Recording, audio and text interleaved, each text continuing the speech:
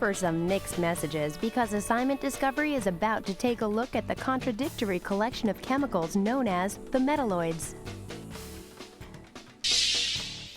First, we'll highlight the fundamental features of these elements that sometimes act like metals and other times like nonmetals in exploring metalloids.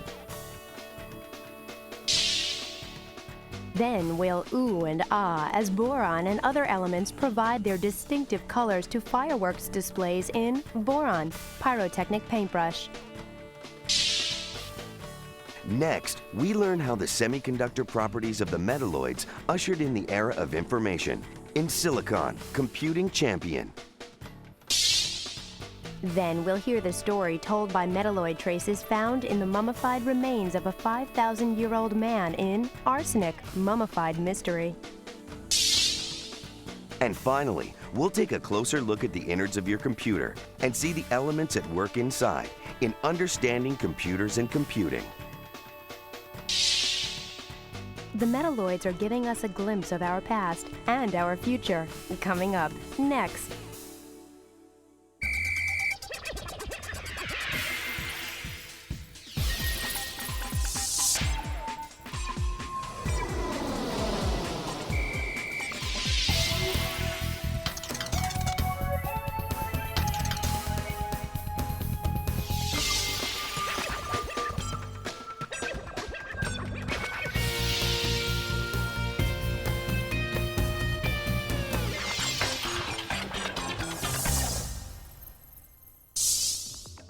As you watch the first half of this program, keep these questions in mind.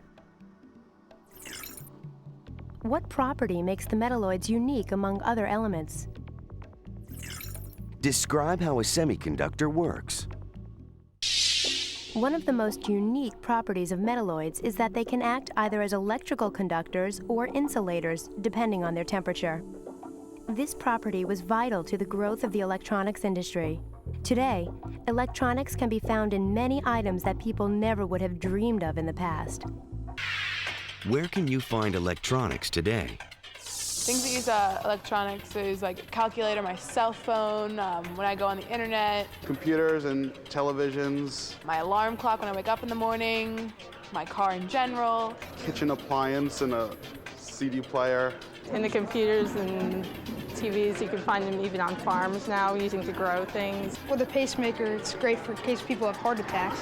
Walkman, Discman, MP3 player. Palm Pilot today is kind of like an organizer. When you make a phone call now, like it's all electric, and like before you had to like dial and like an operator. Well, now they have electronic dogs and cats.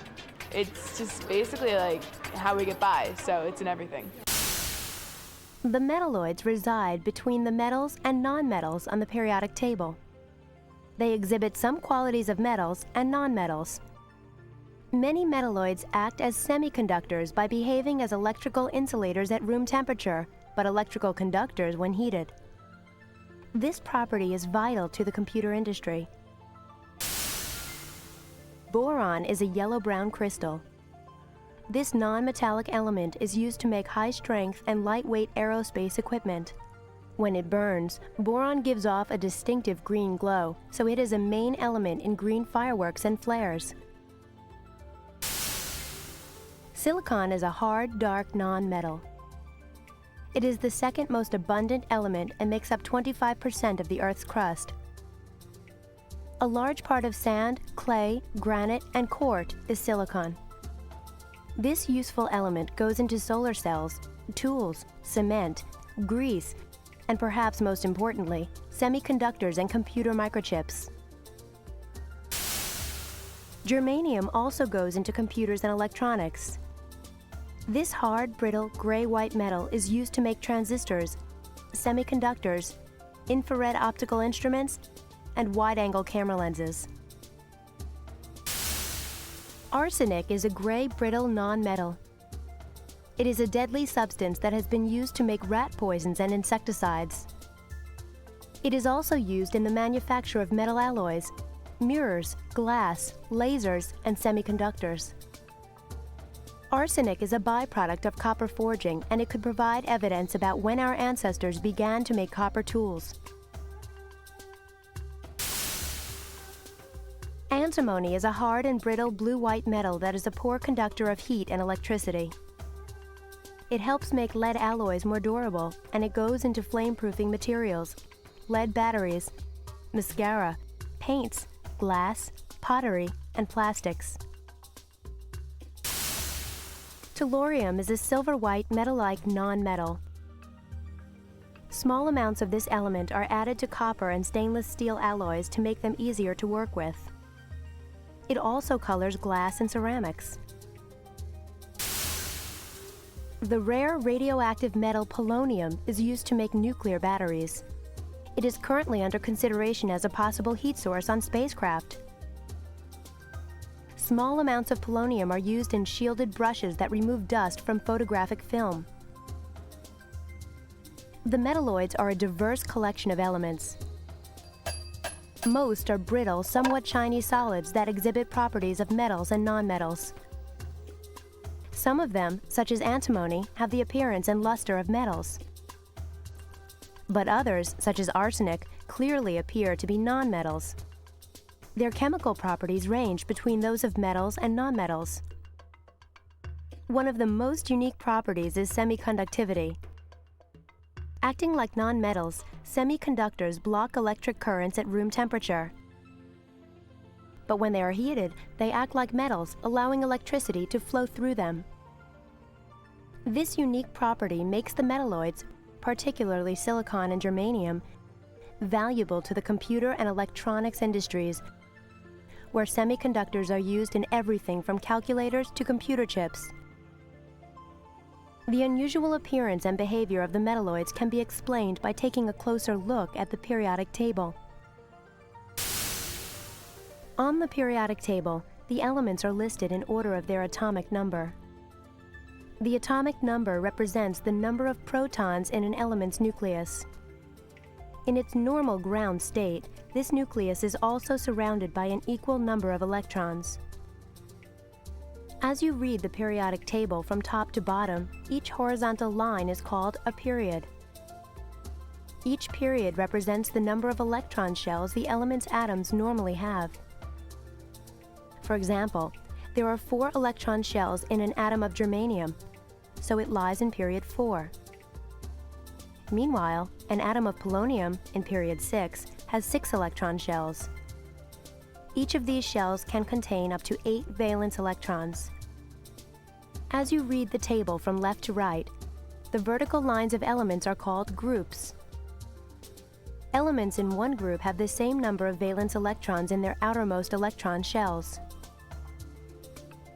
If an element has 8 valence electrons, as the noble gases do, its outermost shell is completely filled, and the element generally does not react chemically with other elements.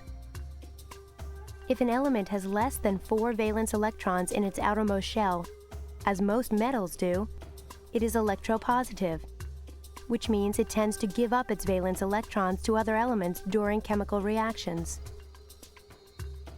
If an element has more than 4 valence electrons, as nonmetals do, it is electronegative, which means it grabs electrons from other elements during reactions to fill its outermost shell.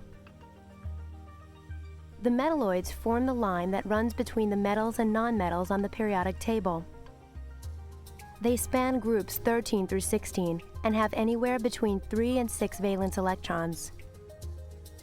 The atomic structures of the metalloids lie squarely between those of the metals and nonmetals. For example, boron has 3 valence electrons and usually acts as a metal by shedding its valence electrons during chemical reactions. Arsenic, antimony, tellurium, and polonium have more than 4 valence electrons, and they typically act as nonmetals by gaining electrons from other elements. Meanwhile, silicon and germanium, with exactly 4 valence electrons each, sometimes act as metals and other times as nonmetals. The metalloids and their great variety of properties are valuable for many industrial materials, from transistors and semiconductors to ceramics, solar batteries, and certain polymers. The metalloids may be the strangest and most useful of all the element groups on the periodic table. Did you know We are in the middle of an electronic revolution that rivals the changes brought on by the Industrial Revolution of the 19th century. Today, transistors, integrated circuits, lasers, and optical fibers are in most consumer electronics such as DVD players and laptop computers, as well as countless other industrial and military products. When an element is burned, its flames emit a unique spectrum of colors.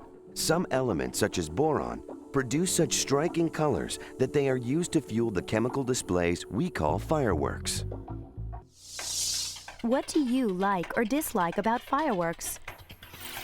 I love fireworks. I don't like how they're just so loud. I like fireworks because of the different formations they can tend to form. They're pretty, and I guess they're an art to learn how to mix the right chemicals to make. I really like just how bright they are. They really light up the sky. I just like fire in general, so I like the explosions. I like the visual effects of fireworks. They are bright and colorful and festive. My favorite one is the one that spirals upward and then explodes once it gets to the top. I like bottle rockets, but other than like that, there's one called the blue napalm. I like really colorful ones, and I like ones that keep going. Like, they'll explode once, and then they keep exploding. I like everything about fireworks. I think they're really cool. Element number 5 on the periodic table is boron. The atomic symbol for boron is B. Boron is a nonmetallic element that can be a dark brown or black powder, or a very hard yellow-brown crystal. Boron gets its name from borax, a naturally occurring compound that contains the element. Boron is classified as a metalloid and lies in the periodic table's second row, called period 2. Each atom of boron consists of a cloud of electrons surrounding a compact nucleus that contains almost all the atom's mass.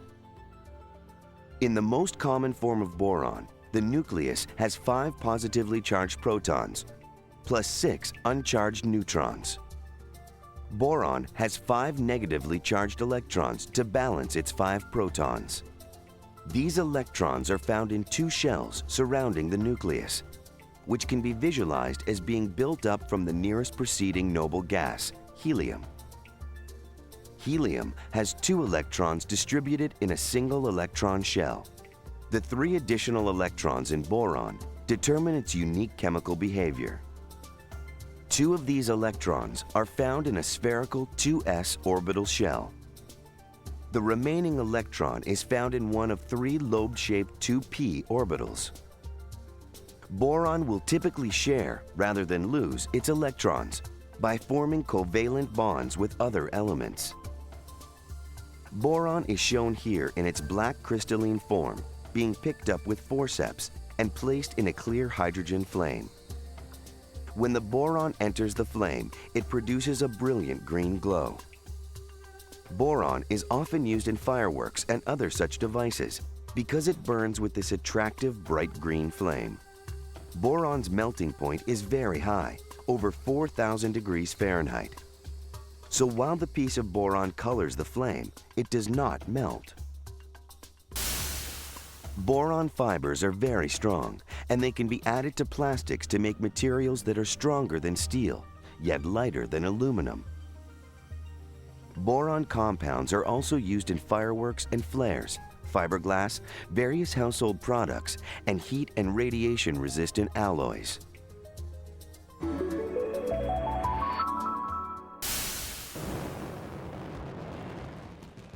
Anyone who has ever attended a 4th of July celebration knows how thrilling a great fireworks display can be.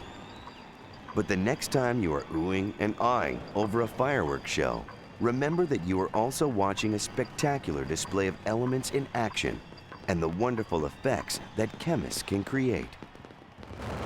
To produce a fireworks effect, the first thing you need is heat. So the fireworks chemist prepares a mixture that has an oxygen-rich chemical and a fuel, and that will burn when it's ignited.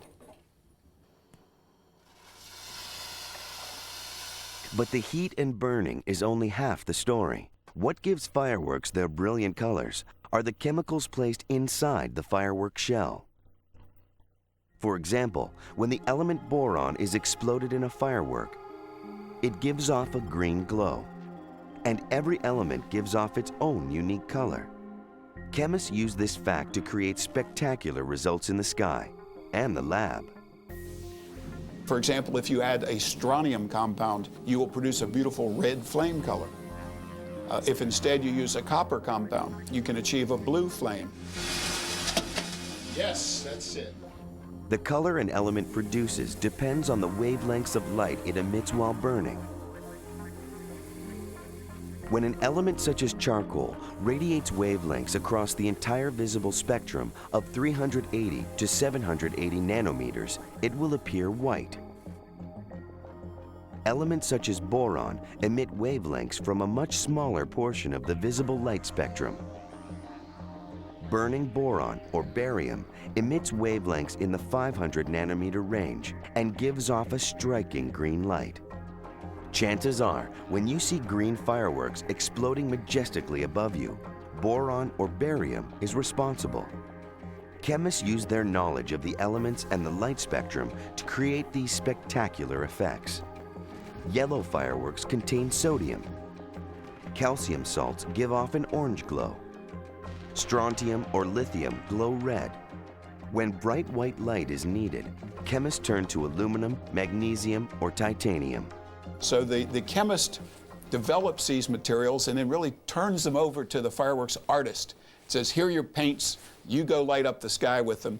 And this blend of science and art is what makes fireworks so fascinating. The result, beautiful, blinding, breathtaking fireworks. All brought to you by boron and a collection of other equally exciting elements. Did you know fireworks rely on black powder, also known as gunpowder, for their explosive force? The Chinese invented black powder in the 2nd century BC. It's a combination of charcoal, saltpeter, and sulfur. Technically, black powder should not be called gunpowder because it was used in rockets and fireworks long before the invention of guns. The central processing unit, or CPU, of a computer interprets and executes instructions.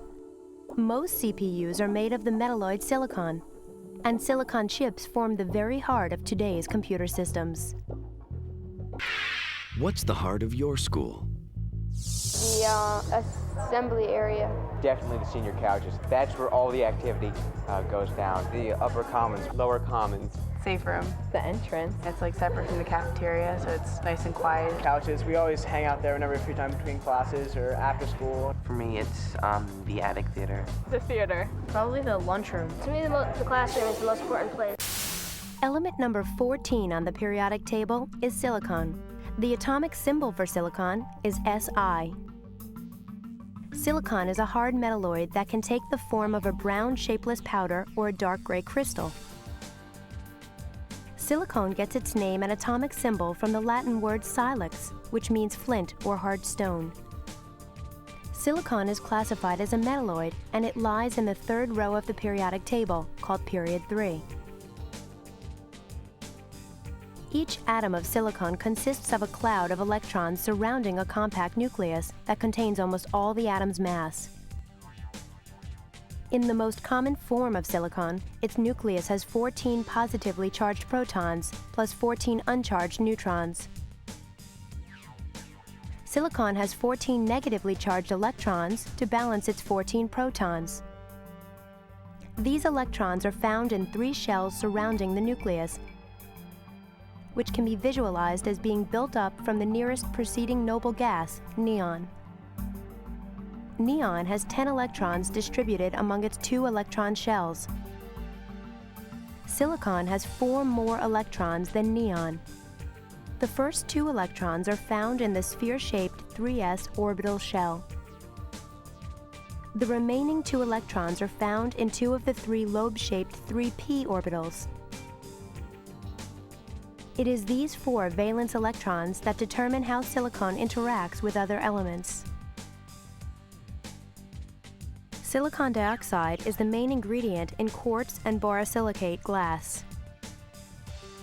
Borosilicate glass is widely used for laboratory glassware because it has excellent thermal properties and is resistant to attack from water, acids, salt solutions, organic solvents, and halogens. But when borosilicate glass is heated and then rapidly cooled in cold water, the thermal shock causes the rod to shatter. Quartz glass, which is pure silicon dioxide, is far more resistant to thermal shock than borosilicate glass. Quartz glass has a very high melting point, over 1800 degrees Fahrenheit. When quartz glass is heated and plunged into cold water, the rod remains perfectly intact. Silicon is the second most abundant element on the planet.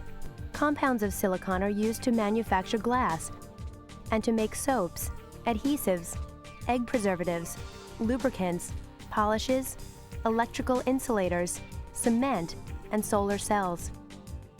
Very pure silicon is used to make semiconductors and microchips for electronic devices.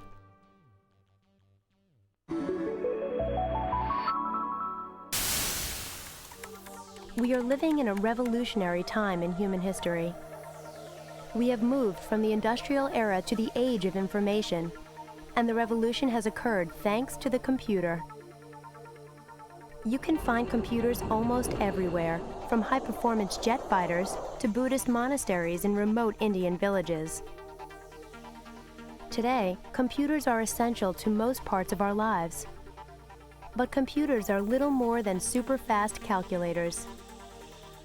They work by reducing everything in the world to numbers. Computers perform their calculations using binary numbers, strings of ones and zeros that can represent every other possible number. Binary numbers are like an array of light bulbs, each connected to a light switch. Depending on which bulbs you turn on or off, you can spell anything. The first computers relied on mechanical on-off switches. But early researchers soon switched to vacuum tubes, which did the same thing, but faster. When the current was flowing to the tube, it acted as a binary 1. When the current stopped, it was a 0. But everything changed with the discovery that silicon acts as a semiconductor. At high temperatures, semiconductors conduct electricity as if they were metals.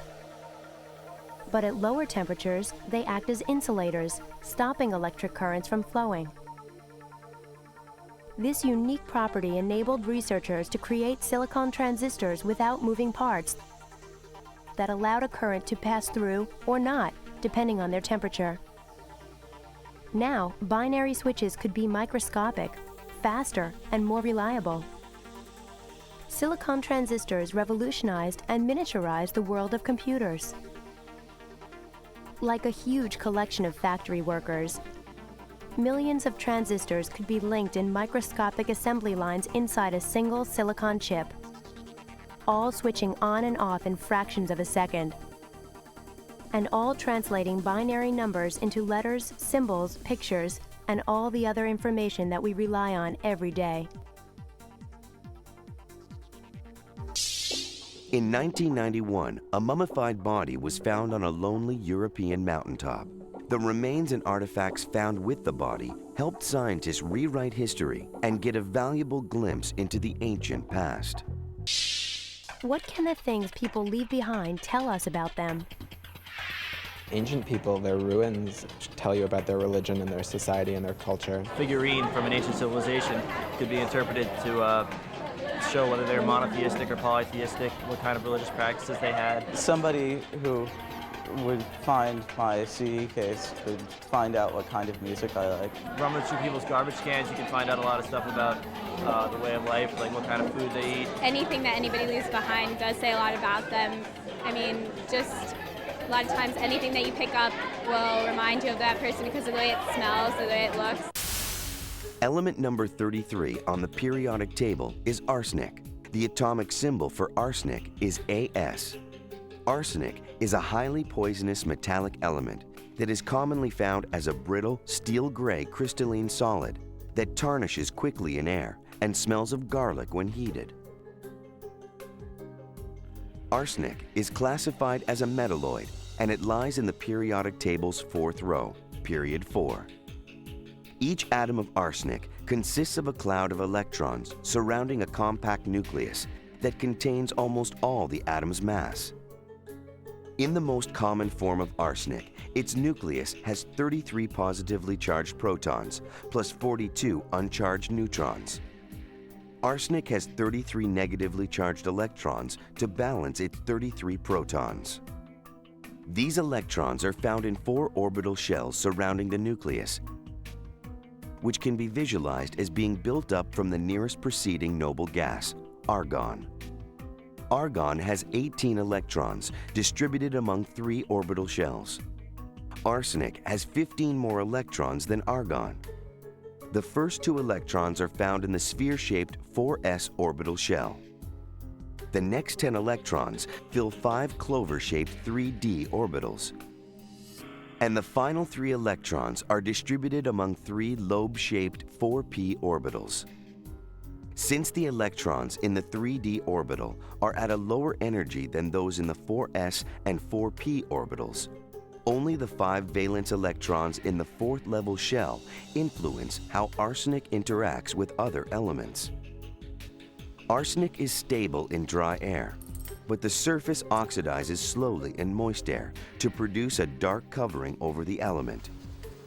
Arsenic and its compounds are very poisonous, and contact with the skin can cause skin cancer. So arsenic must be handled extremely carefully with gloves. In this experiment, arsenic is placed into a 30% solution of hydrogen peroxide. The arsenic reacts by bubbling and fizzing, and the dark oxide layer is dissolved, revealing the silvery, pure element beneath. Arsenic is a deadly poison that can also cause cancer. It is primarily used to make insecticides and animal poisons. Small amounts of arsenic can be added to metal alloys to help make them stronger. Arsenic is also used in the manufacture of mirrors, glass, LED lights, lasers, and semiconductors.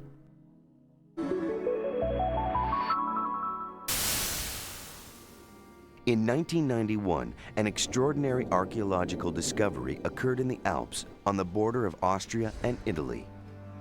Buried in the snow of a mountain pass were the remains of a man who lived 5,000 years ago. He was the oldest frozen mummy ever found. Scientists called him Ötzi, the Iceman. By carefully examining his body and the items found with it, researchers have pieced together glimpses into the Iceman's past. One of Ötzi's possessions was a copper axe. The axe stunned scientists. Before its discovery, they thought copper tools had not been invented until 500 years after the Iceman's death. This axe has made a greater impact than any other item found with the body. And researchers from Oxford University believe samples of the Iceman's hair and the elements it contained suggest he had the skills to make such a tool. We found copper particles on the surface, and when we sliced the hair, we found that the copper was indeed localized quite strongly on the surface of the hair. And we also found arsenic, which is equally unusual, and that's not a traditionally, that's not found in normal human hair to the detection limits of our instrument. You don't usually see any arsenic. So Ötzi's hair was covered in copper and dangerously high levels of arsenic. But how did the arsenic get into his hair? Perhaps after the Iceman died, he and his belongings were contaminated by elements in the soil around them. So the Oxford team carried out the same tests on deer hair found in some of the artifacts. If you assume that the basic structure of the deer hair and human hair is similar, then any contaminants in the local environment will be absorbed equally by the deer hair and the human hair. But in fact, we found that the deer hair contained relatively small levels of copper and no arsenic. These are unusually high copper levels for natural contamination. He would have had to have been buried in the outflow from a copper mine or something to have obtained copper levels like this. So the Iceman must have been exposed to copper and arsenic while he was alive for his hair to have absorbed them. This would be the case if the Iceman had been involved in making copper objects, such as his axe. Copper can be extracted from malachite, a green stone that contains copper ore. But much of the malachite in this part of the world also contains arsenic. Early tool makers crushed malachite and smelted it to produce their copper. But this process also released arsenic vapor. As the tool makers worked, they would be exposed to high levels of arsenic, just like those found in Ötzi's hair. So scientific evidence seems to indicate that the Iceman spent at least some of his days making copper tools. This knowledge gives modern researchers a glimpse into how Ötzi lived 5,000 years ago, and it was provided by the deadly element arsenic. You've been given all the information. Now it's your turn to discuss the questions. Take a moment to talk about the following. What property makes the metalloids unique among other elements? Describe how a semiconductor works. If you'd like to learn more about what you've just seen, go online or check out these books at your local library. As you watch the second half of this program, keep these questions in mind. What is the function of metalloids in computers? What other elements are used in computers? Ever since the first computers were created, designers have tried to use elements such as silicon in new ways to make computers smaller, faster, and smarter. If there's one constant in the computer industry, it's that computers are constantly changing. What things in your environment are constantly changing? Sports teams are always changing because they're always trading players and stuff like that. Ideas and our ways of government and technology. The medical field is changing constantly. Music is constantly changing. A lot of the culture, the media, television, fashion, cars. Computers, I would say, and electronics and that sort of thing. The earth is constantly changing, if you're talking science-wise. I don't know, we go down the shore every summer and the beach is always changing. Our culture is constantly changing, what's socially acceptable and what isn't acceptable, and our views on human rights. My opinions on everything, I always change my ideas.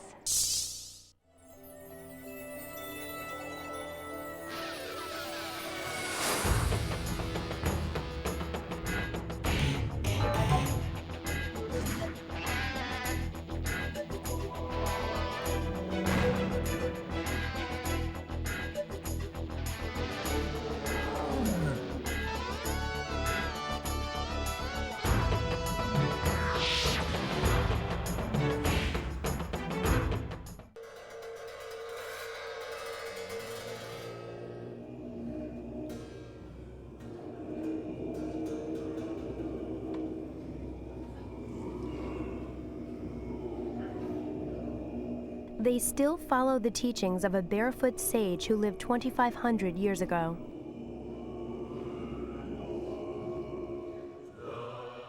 The monks of Surmay Monastery in southern India go about their quest for enlightenment as they have for centuries.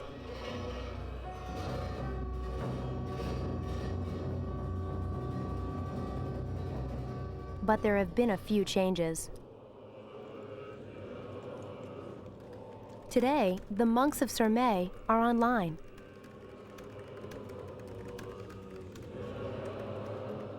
When the Chinese invaded Tibet in 1959, they destroyed 5,000 Buddhist monasteries and countless holy works handed down through the centuries. The monks who escaped to resettle in India brought with them only what they had memorized.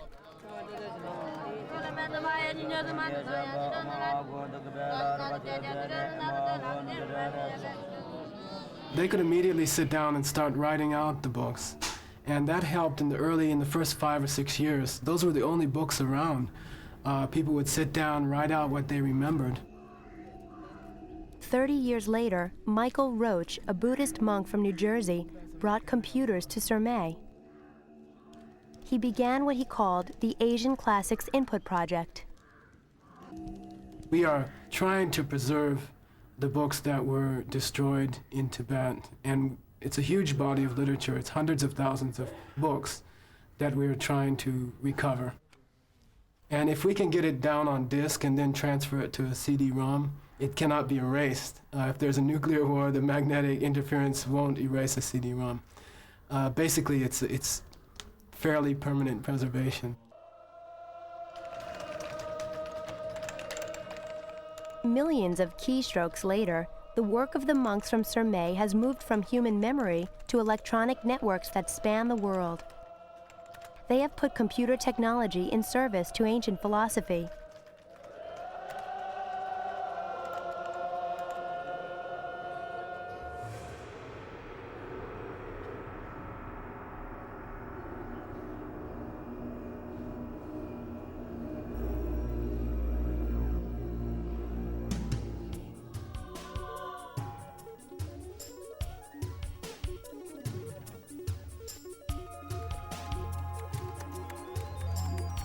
At this moment, sacred writings, ATM transactions, and millions of email messages are flashing across a worldwide web of digital data.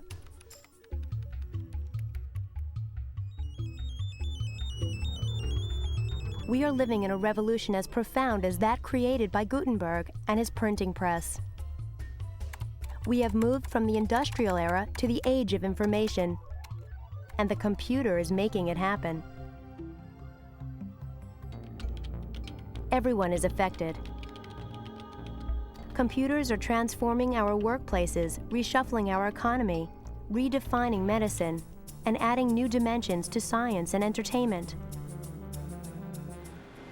This myriad of uses makes the word computer seem inadequate. But stripped to its chips, a computer is just an astonishingly fast calculator. Computers work by using circuits, transistors, and chips made out of silicon, phosphorus, boron, copper, gold, and other elements to reduce everything in the world to numbers.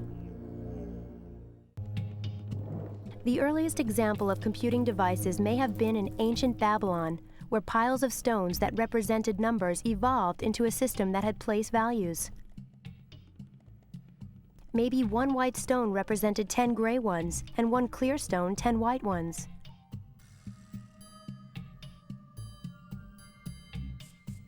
The abacus, a 5,000-year-old computing system, is considered the earliest version of the digital computer.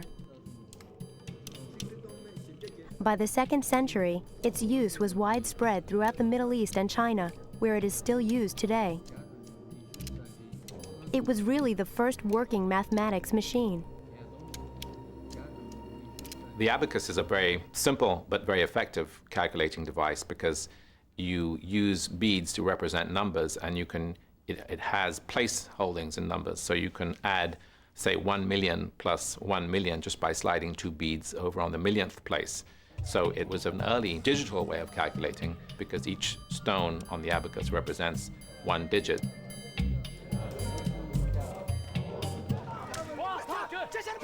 A few centuries later, computation worked its way into philosophical debate in the form of logic. In Buddhist debating, there'll be one person posing questions. Then the person who's answering really can only answer yes or no. It's 0 or 1. It's very interesting.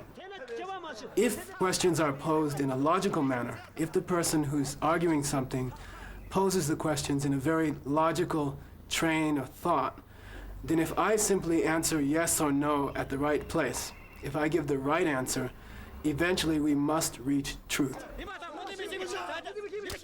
It's exactly how a computer works, because if you perform the right operations, and if the program is logical, then you must reach the right result with that program. In the 1600s, this method of yes-no computation was applied to math in the form of zeros and ones. It was called the binary number system, or binary code.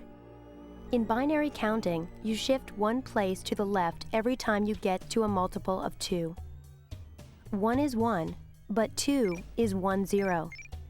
3 is 1, 1, but 4 is another multiple of 2, so it shifts one place to the left for 1, 0, 0.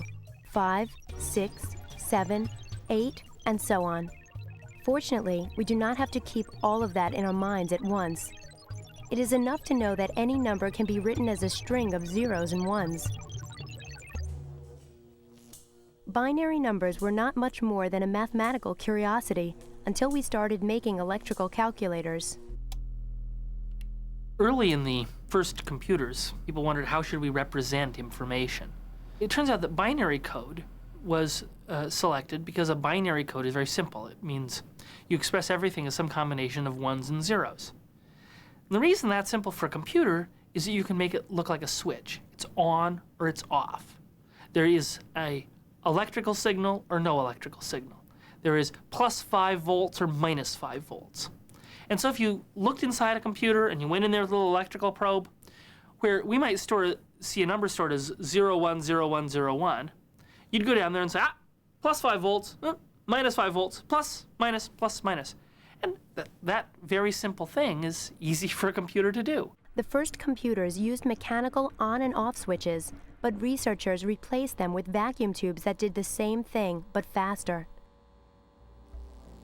A vacuum tube is a sealed tube that conducts electrical current as long as it is receiving a control signal. When the signal stops, the current stops. When the electrons are flowing, the tube is a binary one. When the current stops, it is a 0. Then, along came the transistor. Researchers discovered that elements such as silicon and germanium were semiconductors. They allowed electricity to flow through them when they reached a certain temperature, but blocked it when they were cooler. By the 1950s, researchers had found a way to put thousands of microscopic transistors onto a single thin layer of semiconducting silicon. Transistors revolutionized and miniaturized the world of computers. Now switches could be smaller, faster, and more reliable. So a computer is a machine made of a group of identical transistors, all doing the same simple thing, all working together.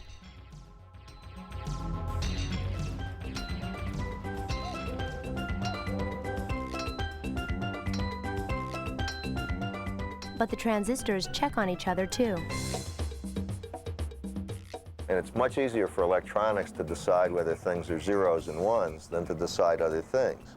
It's either there or it isn't. When it's in that format, it's also then possible to create all kinds of error-correcting codes so that, for instance, if you send a word, you know that the sum of all the ones in that word is an even number. Well, you send that information too, so that you then check it and you make sure, and if it isn't right, you send it again. By the mid-90s, computers had taken over the workplace and occupied a space in 1 in every 3 American homes. Terms once restricted to computer scientists have infiltrated the language. But is happiness a new program? Is the information superhighway a cure for all our ills? Looking under the hood of these machines can provide some insight and perspective. Most computer chips begin life as silica, which is essentially sand. The silica is heated with carbon and then treated with hydrochloric acid and hydrogen to create hyper-pure silicon wafers. Workers use ultra-precise machinery to etch microscopic circuits on these silicon wafers. Micro machines then add phosphorus and boron, and thin layers of copper and gold are added. It takes hundreds of steps to build a computer chip. The chip is the brains of the computer. It connects all the pieces of the computer, the disk drives and the RAM and the ROM and all those different things, the keyboard, the mouse. It's at the heart of it. It is the thing that controls everything else. The world inside the computer case looks like an apartment complex for fleas. A multitude of chips, transistors, and circuits are connected to a circuit board. The circuit board is a panel made out of fiberglass and epoxy resin that is plated with conducting elements such as copper, platinum, palladium, nickel, silver, or gold, and soldered together with tin and lead. Connected to the circuit board are the computer's brain, a central processing unit for basic operations like adding and subtracting. A changeable set of instructions that tell the processing unit what to do today, and a way to remember everything that goes on. All of these units work together every time you turn on your computer.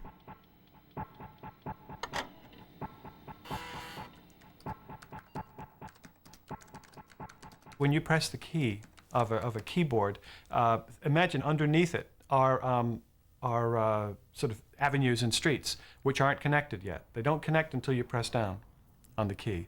You create an electrical connection. The computer reads exactly what the location of that connection is, and maybe it's the letter P or the letter Q or something like that. The electrical connection, or signal, is sent as bits along a wire to the ROM BIOS chip, read-only memory, basic input-output system. It is responsible for translating keystrokes into instructions a machine can understand. Inside, there is a pre-inscribed table that matches voltage levels with letters and symbols and assigns a binary code. The P is then sent to the central processing unit.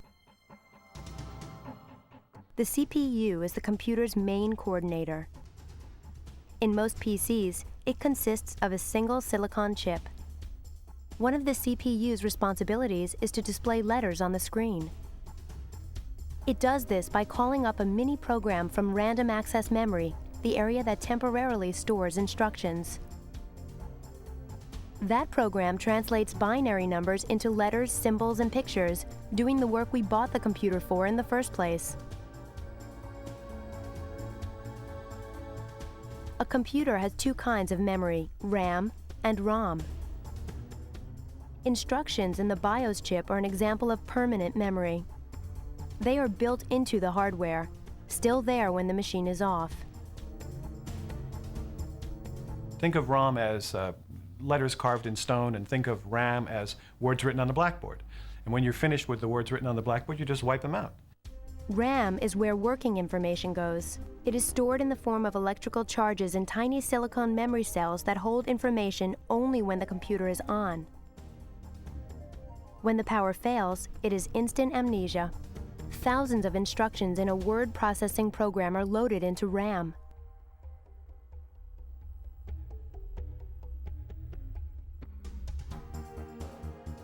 They are loaded from some form of external storage, either removable disks, such as DVDs or CD-ROMs, which use lasers to burn information into polycarbonate disks, or a hard drive which uses magnetized metal alloys to store data.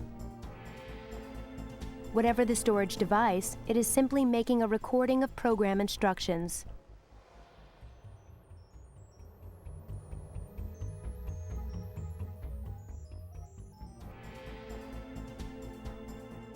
More complex operations like adding, subtracting, and comparing data are also a function of the CPU.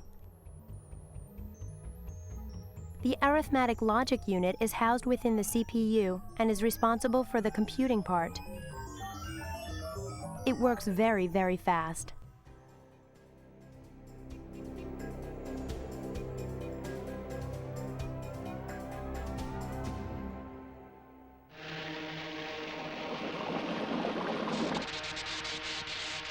The evolution of modern computers began in the realm of science fiction.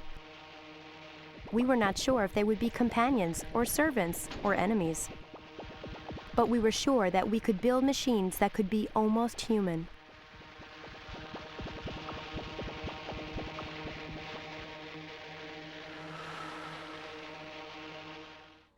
Like the atom bomb, the first general-purpose electronic computer was a product of World War II. In 1944, engineers at the University of Pennsylvania built a monstrous computer to accelerate calculations for artillery fire. It was built out of 18,000 vacuum tubes. What we got was a 30-ton machine just slightly smarter than a modern adding machine. ENIAC did have thousands of vacuum tubes and filled the whole floor in this building at the Moore School of Engineering in Philadelphia. In fact, I mean, there are stories about how when they switched on the ENIAC, the lights all dimmed in Philadelphia. It did use a lot of electricity. It cost the equivalent of $8 million and could add hundreds of numbers per second. But if you wanted to do something other than addition, you had to reconfigure the whole machine.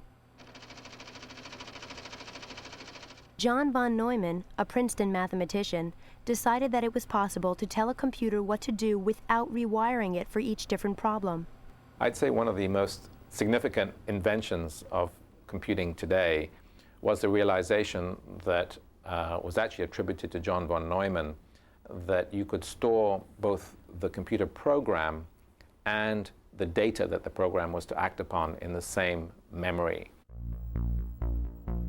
This meant that instructions were actually stored within the memory of the machine itself. A private company with the name of Remington Rand bought the plans for ENIAC and renamed their version UNIVAC. The UNIVAC was the first electronic machine to gain wide publicity when it predicted the outcome of the 1952 presidential election on television. Moving on into the 1960s, there was the development of the transistor and the implementation of transistor machines, probably best known in that series with the IBM 360 series, which was the first compatible family of computers, a whole series of machines that were immensely successful and established all kinds of standards in computing, such as the fact that one character, which consists of 8 binary digits or 8 bits to make what's known as a byte, that was a standardization that came about in the IBM 360. Researchers also began concentrating on the interface between man and machine. Let me see my text and I'll see what Douglas Engelbart was one of the visionaries who helped make the future what it is today. Douglas Engelbart later became part of the team charged with linking computers at 4 different research locations. The ARPANET was the beginning of the Internet. It was created by the military to provide stable and fast communication between scientists and researchers. Although it had none of the excitement of other major historical events, sending the first electronic message between computers was a giant leap toward the information age. We wired up my computer in as the second one to be connected into the ARPANET, which went on to evolve into the Internet, which is really kind of exciting to think about with all the millions that are on there now. There's a magic in having millions of people be able to communicate with each other, send electronic mail, communicate with a server, which is a computer that sits off in a closet somewhere, doesn't have anyone typing at it. It serves requests made from personal computers that could be all over the place. And there really is a magic in that, and the popularity of the Internet is a testimony to this.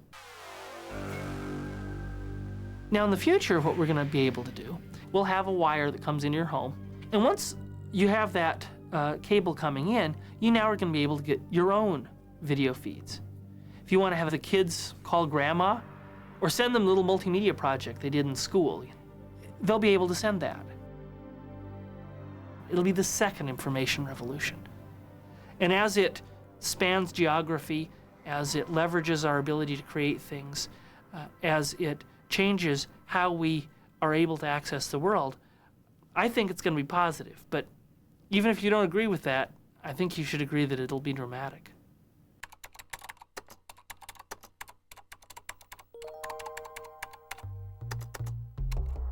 In the end, it could be a marriage between the mind and the microchip, silicon and synapse, the old and the new, a once and future thing.